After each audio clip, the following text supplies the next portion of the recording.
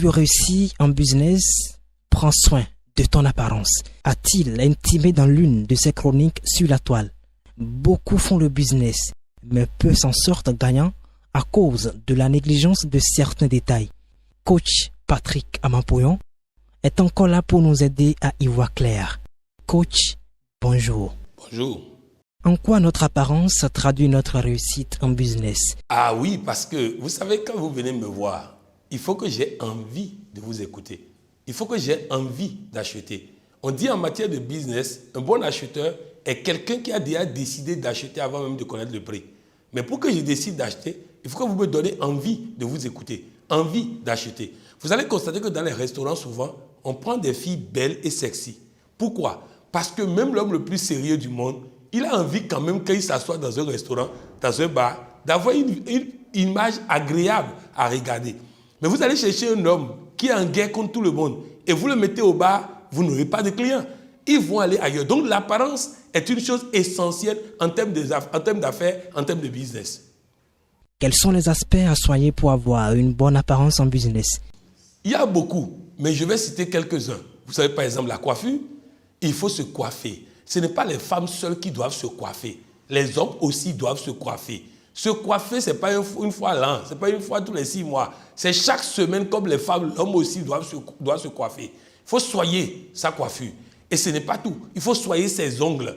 Un jour, j'ai constaté que, pendant que je dirigeais une polyclinique de la place, j'ai constaté qu'un ministre est venu se faire soigner chez nous et il n'est plus jamais revenu. Alors j'appelle le ministre pour dire, monsieur le ministre, mais on ne vous voit plus. Il dit, oui, mais vous avez une très belle clinique, tout s'est bien passé, mais le médecin qui m'a soigné avait les ongles sales. Je ne peux pas confier ma santé à quelqu'un qui a les ongles sales. Voilà de quoi il s'agit. Il faut soigner son habillement. Il faut s'habiller. On ne vous demande pas de gaspiller de l'argent dans l'habillement, mais habillez-vous de manière à valoriser votre corps, à rendre votre corps agréable. Il faut savoir valoriser cela. Autant, il faut éviter de s'habiller comme une bonne sœur, mais autant, il faut éviter aussi de s'habiller de façon à provoquer. Parce que si vous allez vendre à quelqu'un et qu'au lieu de que la personne n'entende ce que vous dites, il voit vos seins, ça veut dire qu'il va acheter autre chose et non le produit que vous êtes venu vendre. Donc il faut savoir ce qu'on vend et savoir aussi comment le faire. Mais il y a aussi la laine. La laine, souvent on ne fait pas attention. Souvent, chaque personne, tous les 15 jours, doit souffler. Bloquer sa main, souffler pour voir l'odeur que ça dégage. Et parfois, les bains de bouche permettent de régler. Mais parfois, ça va au-delà. Parce que ça vient du foie, ça vient de l'intérieur.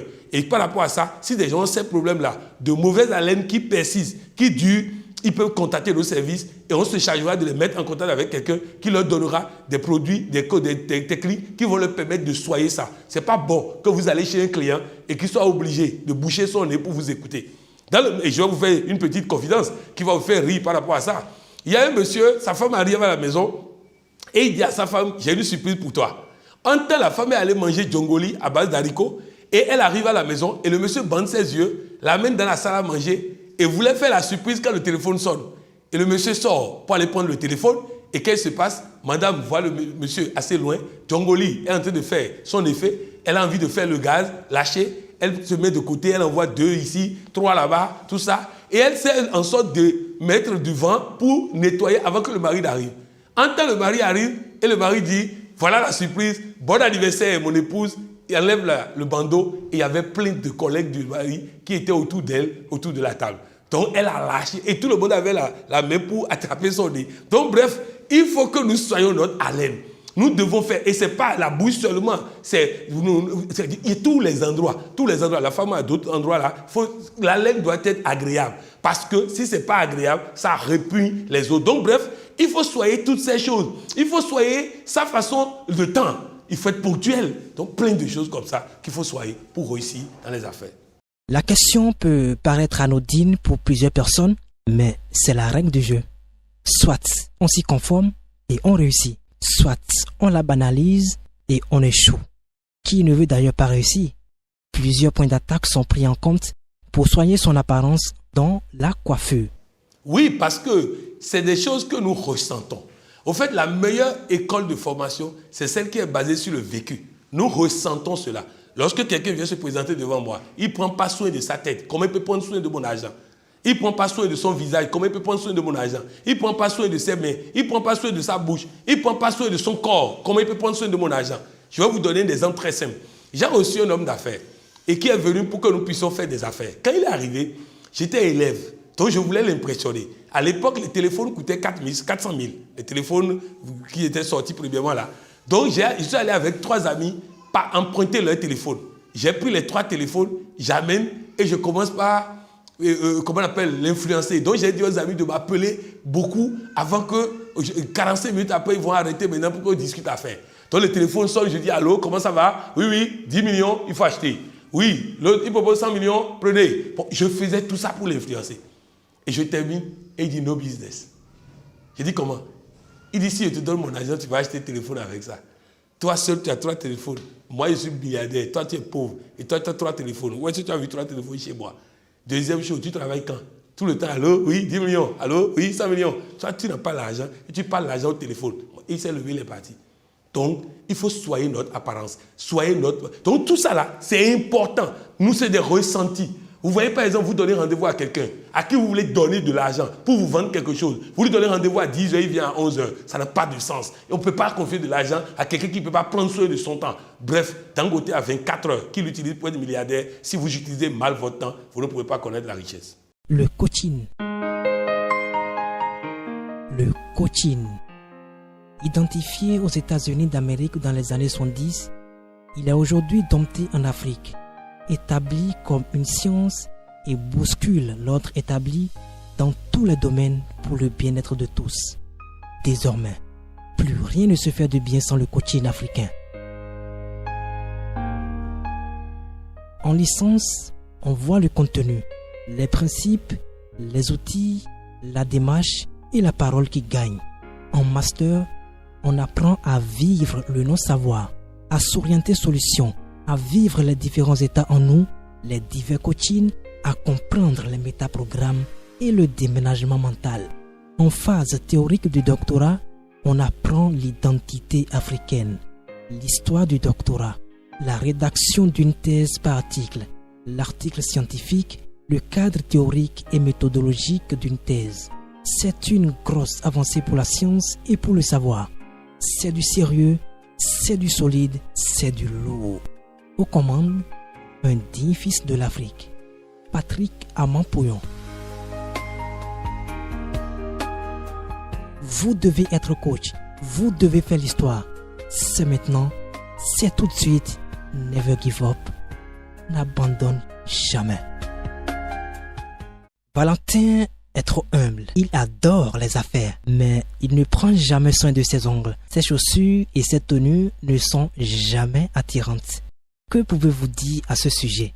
Je voulais lui dire simplement, il va toujours échouer. Humilité, c'est pas ça. Humilité, c'est retour sur terre. Revenir sur terre. Ça veut dire quoi? Quand tu commences par pousser des ailes parce que tu as l'argent, parce que tu as le succès, et tu ne te rappelles pas que tu es sur terre, tu marches sur terre, tu vas à la toilette comme tout le monde, tu vas au WC comme tout le monde. Si tu ne te rappelles pas ça, c'est ça qu'on appelle retour sur terre. Mais cela ne veut pas dire que je vais me rabaisser. Non, certains se rabaissent par leur habillement, certains se rabaissent par leur discours. Bref, quand on forme les vendeurs compétents, on leur dit, n'allez pas quémander un rendez-vous. Non, vous apportez une solution à la personne. Donc, il faut qu'ils comprennent que l'humilité n'empêche qu'il s'habille comme il faut, qu'il soigne son visage, qu'il soigne sa chevelure, qu'il soigne ses ongles, qu'il soigne son haleine, qu'il soigne sa ponctualité et tout ça. Bref, Valentin, s'il continue comme ça, il va échouer. En Afrique, le retard au rendez-vous d'affaires est assez criard. Pour un rendez-vous de 10 heures par exemple, on est obligé d'y ajouter 1 heure de plus avant de supposer être ponctuel. Plus encore, la présentation est saccagée. Ponctualité, présentation. Coach, parlez-nous-en.